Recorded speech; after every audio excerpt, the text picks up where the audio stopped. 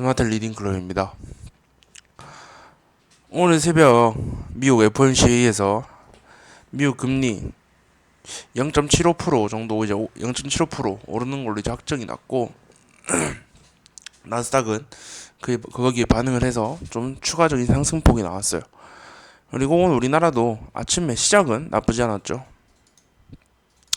시작은 이렇게 갭된 상태에서 이제 시작을 했고 오전에 지속적으로 상승인 추세를 유지했는데 저항을 만들고 오늘 아침 시가 부근을 이탈한 뒤에 다시 이 시가 부근을 깨고 오늘 오후장까지 해서 추가적으로 계속해서 좀 밀리면서 밀리는 양상을 만들어냈습니다. 제가 옛날에 얘기했던 갭이 뜨면은 내릴 확률이 많다 그런 얘기를 했었죠. 근데 오늘은 갭이 뜬 상태에서 계속 하락을 하면서 마감을 했고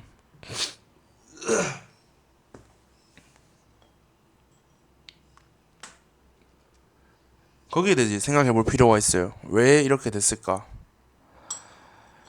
왜 0.75% 시장에서 어느 정도 예상하고 있었던 건데 왜 이렇게 됐을까? 오늘 장중에 미국 선물 지수랑 환율, 국채 금리는 우리나라 장중에 계속 환율도 오르고 국채 금리도 오르고 미 선물은 빠지면서 우리나라 시장이랑 같이 보냈습니다. 뭐 거기에 대한 이유도 있겠지만 0.75% 금리 인상을 한다 해서 과연 지금 인플레이션이 완화가 될까? 거기에 대한 우려감이 계속 남아 있는 거죠. 그래서 계속해서 추세는 상방보다는 하방으로 봐야 할 가능성이 높습니다. 그리고 5월 4일 날 5월달 FOMC 회의가 있었을 때 이제 5월 6일이 금요일이고 5월 3일이 화요일이고 5월 5일 빨간 날이라서 우리나라는 쉬어갔는데 미국 기준 5월 4일이니까 우리나라 기준 5월 5일이 되겠죠. 그리고 우리나라는 쉬어갔고 미국도 보면은 그때 5월 5일은 상승폭이 좀 컸어요. 근데 그 다음날 다 뱉어냈었죠. 우리나라도 마찬가지로 5월 6일날 하락폭이 좀 컸습니다. 그러면서 추가적인 하락을 만들어낸 상태에서 900포인트까지 반등을 했지만 또다시 하락을 가진 상태인데 지금 이때 양상을 만들어낼 가능성도 좀 있지 않나 그렇게 보고 있습니다. 그래서 750포인트까지 떨어지고 800포인트 부근까지 상승을 한 뒤에 800포인트에서 750포인트 사이 박스권을 형성할 가능성도 좀 있어 보인다. 좀 그렇게 좀 보고 있습니다. 그래서 추가적인 하방 압력에 대해서는 계속해서 염두를 해두어야 하고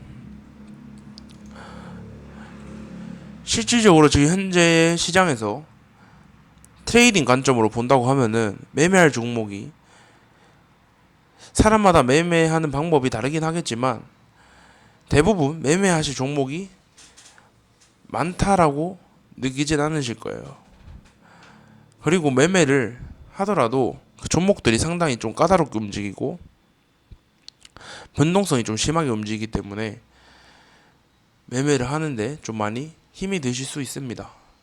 그래서 저는 보통 이제 그 시장을 주도하는 섹터 또는 주도주가 있으면은 그것들을 위주로 매매를 하는 걸 좋아하는데 근데 지금 보면 개별주 움직임 또는 무상증자 관련해서 움직이고 신규 상장주 관련해서 움직이기 때문에 제 개인적인 매매 스타일 맞잖아요. 그리고 제가 왜 신규 상장주를 싫어하냐?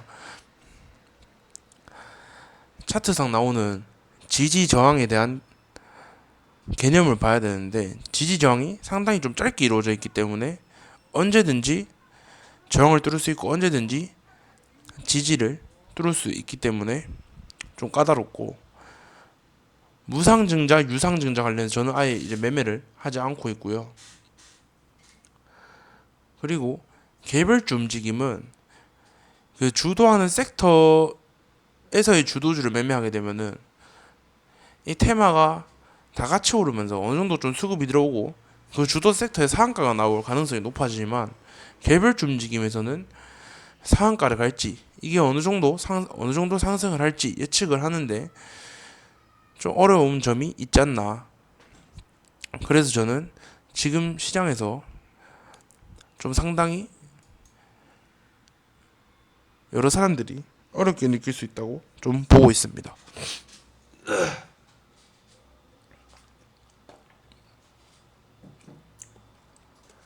그래서 저는 오늘부터 이제 생각을 한 게 매매하는 종목을 좀 줄이고 될 수 있으면 관망을 하는 것으로 좀 지켜봐야겠다.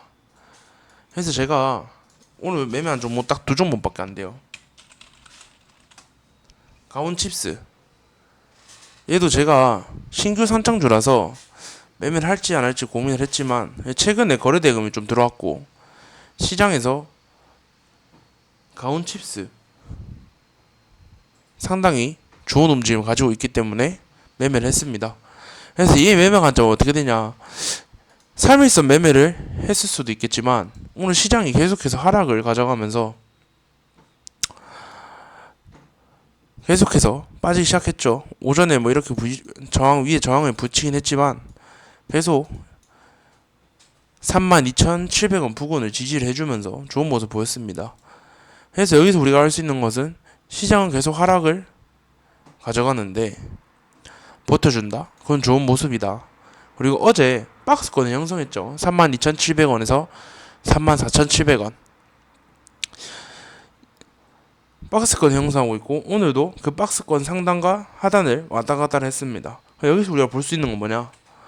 박스권 하단을 깼을 때 움직임 또는 박스권 상단을 깼을 때 움직임을 생각해 볼 수 있는데 상단을 깬다면은 상단에 대한 눌림, 만약에 또 하단을 깬다면은 박스권 하단의 지지 라인,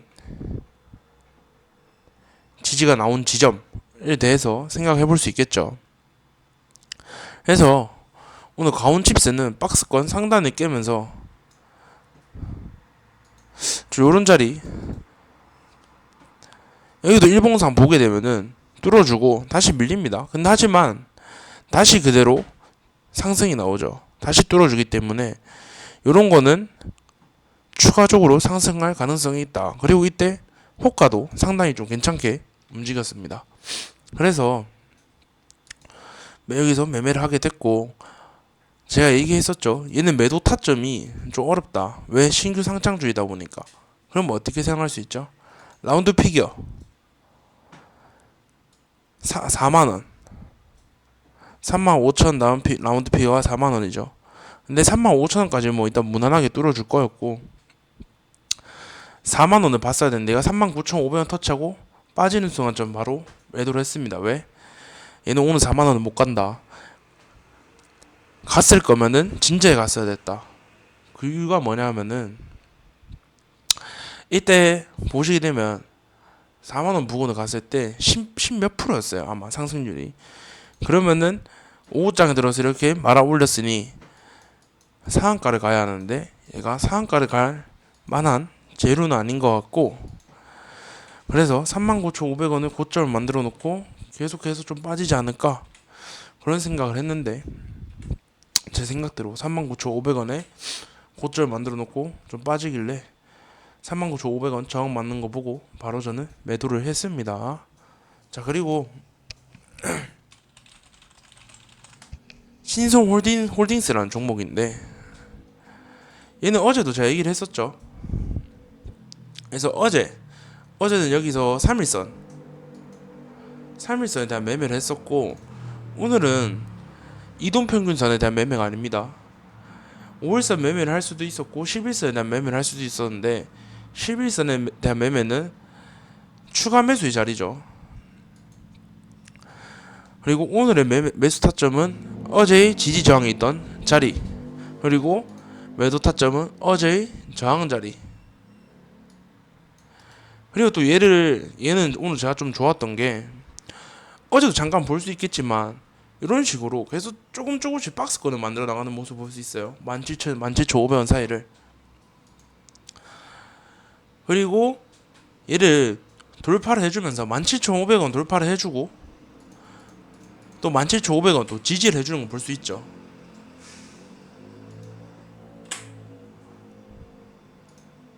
요 자리.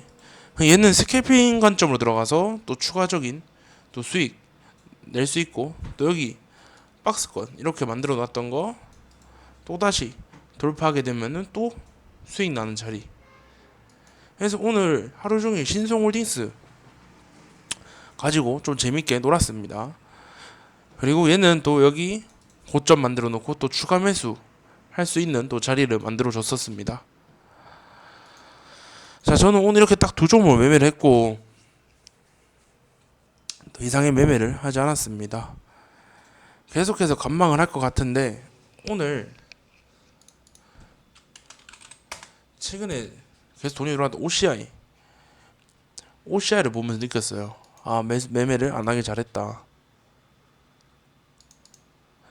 얘도 지금 계속해서 이렇게 박스권을 좀 형성하고 있는데, 이 박스권을 과연 뚫어줄지 안 뚫어줄지.